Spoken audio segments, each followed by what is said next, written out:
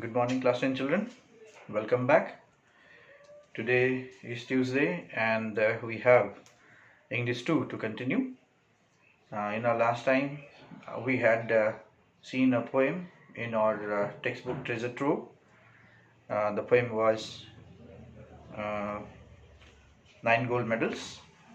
Hope you are revising the taught lessons at home. Today, in our English 2, we'll take up another poem to enjoy in this online class. There are 3 more poems to be completed, so today we are going to take one of it. So without wasting more time, today's poem is I Know Why the Cage Bird Sings, written by Dr. Maya Angelou. The poem is a beautiful poem. It is based on racism.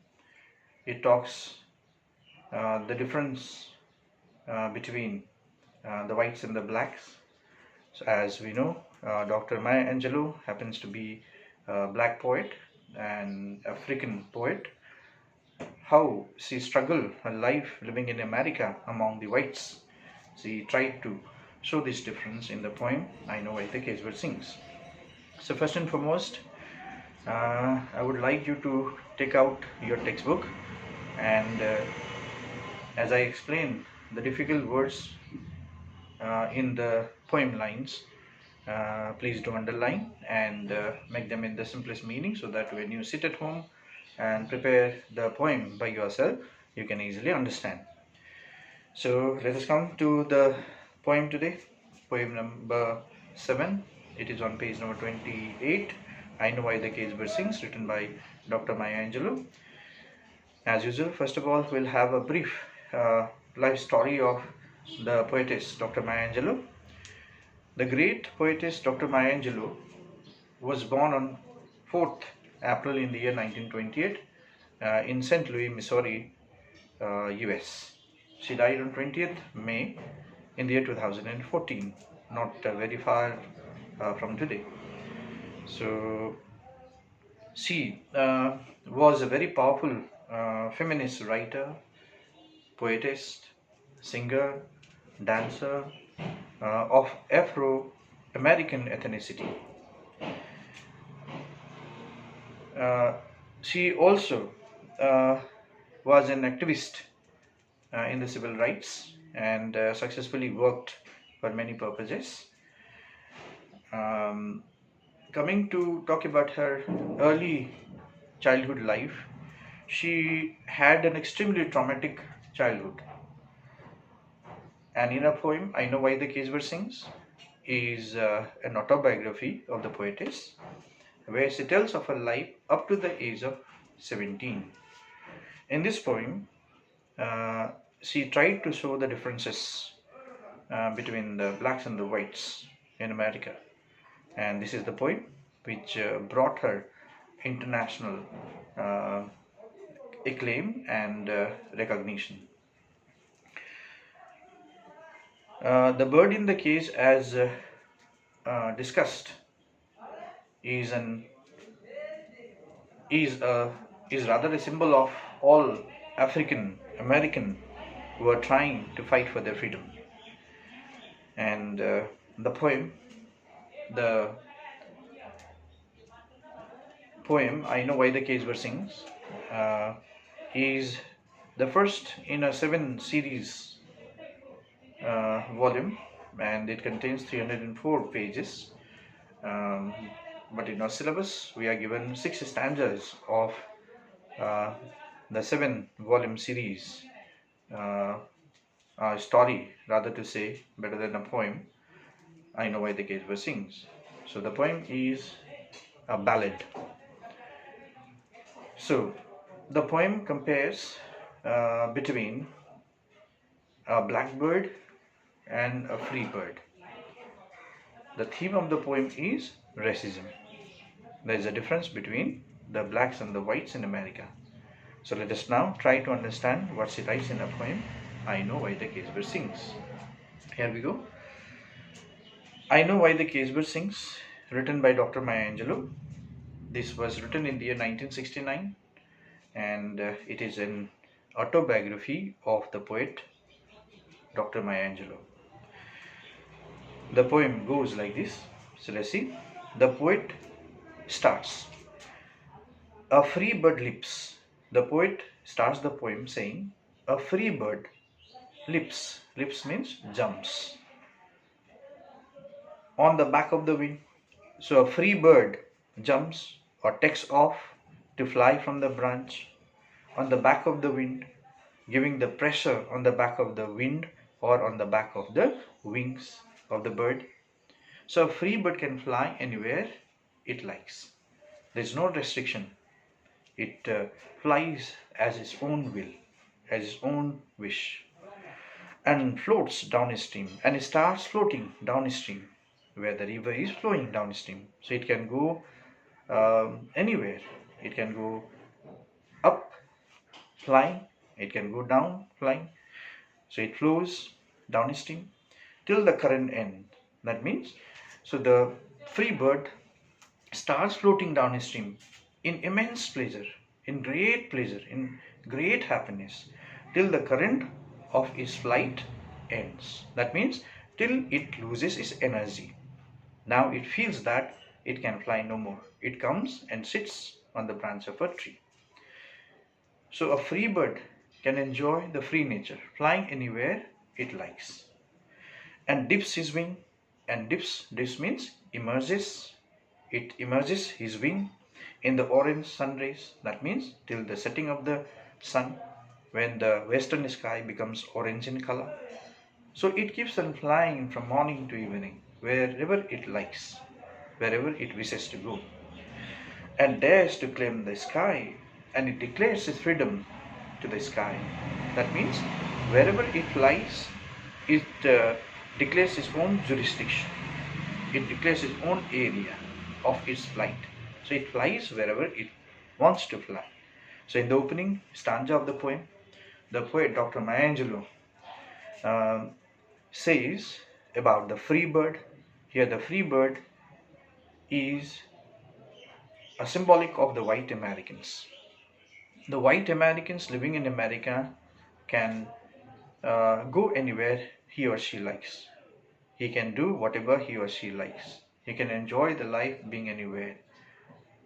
He can claim his own jurisdiction being anywhere in the parts of America. So that is what is told in the opening stanza of the poem, I Know Why the Case Bird Sings. Now, let us move on to the second stanza. What does the poet Maya Angelou say? But the bird that stalks, but the bird that tracks. Here stalks means tracks, being caged inside a cage. Down is narrow cage, down only in a narrow cage. Here narrow cage is a small cage where a cage bird lives. Can seldom see through his bars of rays, and the very cage bird cannot see through what lies beyond the cage, because it is inside the cage. His bars of rays, rays means anger. So what lies beyond the cage, it cannot see outside the cage, and thus the mood of the bird which is caged here is angry. Thus the poet Maya Angelou says, but the cage that tracks, but the bird that is caged here, down only in his narrow cage, he can only walk inside the space that is in the cage. Can seldom see through, cannot see through what lies beyond the cage. His bar of rays, he cannot see beyond his anger. So his jurisdiction is that very cage, space, what it occupies. His wings are clipped and his feet are tied. And why the very cage bird cannot see outside the cage or beyond the cage is because his wings are snapped, his wings are clapped. Here okay, clipped means snapped. And his feet are tied, and his feet are tied to something that it is not able to fly, that is not able to go anywhere like the free bird can.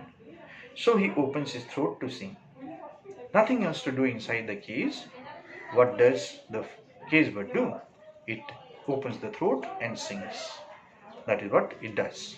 So in the second stanza we saw the cage bird, which is a symbolic figure of an African who is totally locked.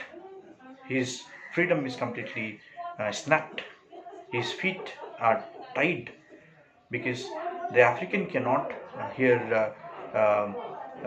do anything of his own wish as the Americans, the white Americans do. That is what is the difference between the two stanzas.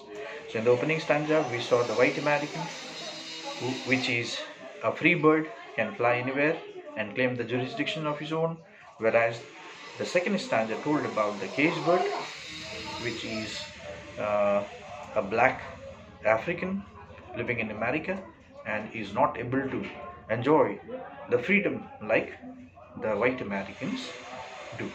That is what is told in the second stanza. Then see the third stanza. The cage bird sings. Now what does the cage bird do? It knows nothing, or it has nothing to do except to sing song. With fearful trill, so it sings song with fearful trill. Trill means very shrill note, very piercing note is it sings seated inside the cage of things unknown, and it sings of those themes that he has never seen or that it has never seen. But long for still, but here the cage bird desires, longs means desires to have his freedom like the free bird has. And his tune is heard, and it sings so shrill that his tone is heard on the distant hill, on the very far away hill. The very voice of the cage bird, which is singing inside the cage, is heard far off on the hill. But there is no solution, there is no help, there is no remedy of the pain that here the cage bird is experiencing being inside the cage. For the cage bird sings of freedom, because what is the theme of the cage bird song? It sings of its freedom, that we also want to be free like the white Americans in America, but they are caged, just like a cage bird is caged. That is what is the song told here in the poem. Now turn it over and then continue the next stanza.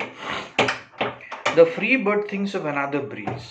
The poet comes back to speaking about the free bird again.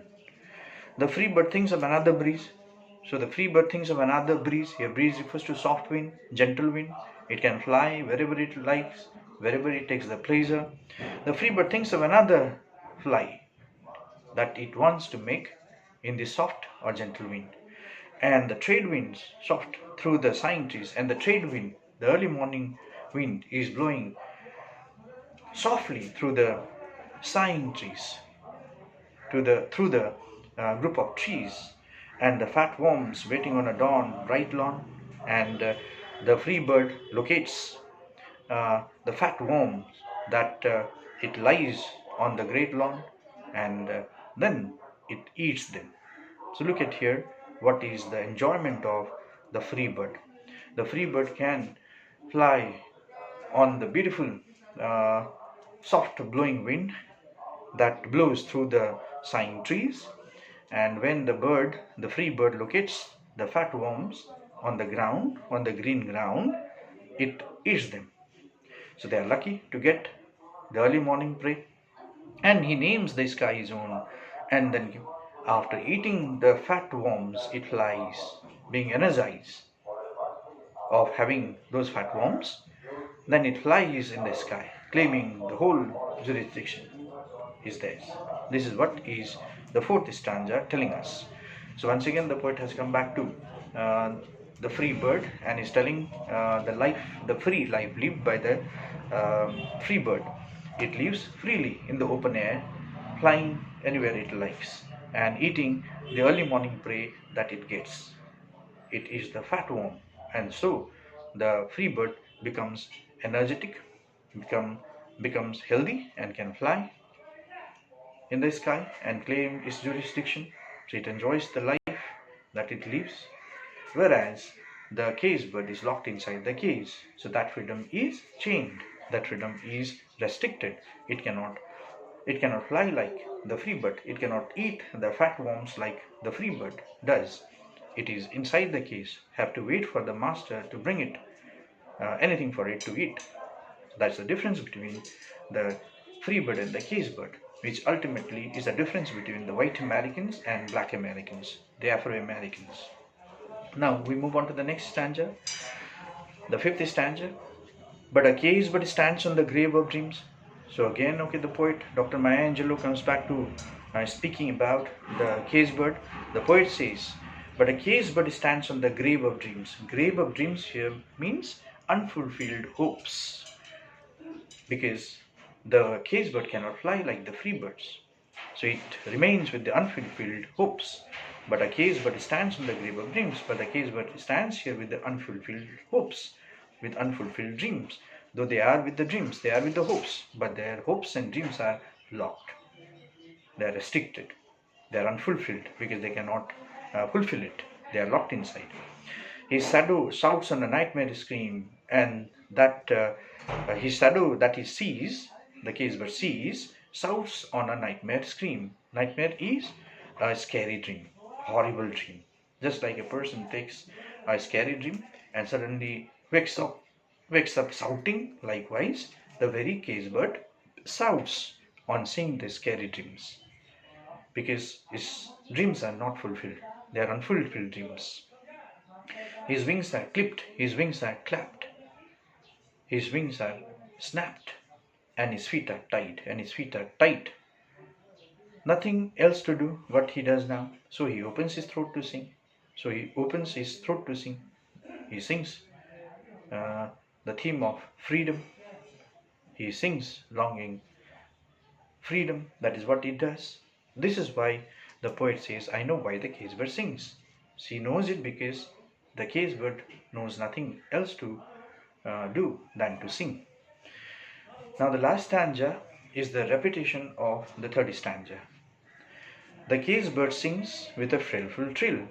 The cage bird sings with a dangerous, shrill note, very piercing note, of things unknown, of the things that is not known to her or not known to it, but long for it still. But it desires for freedom, and its tune is heard on the distant hill, and the song tune is heard far off hill, but there is no help coming to it to gain its freedom, to open the cage and provide the freedom to this cage bird.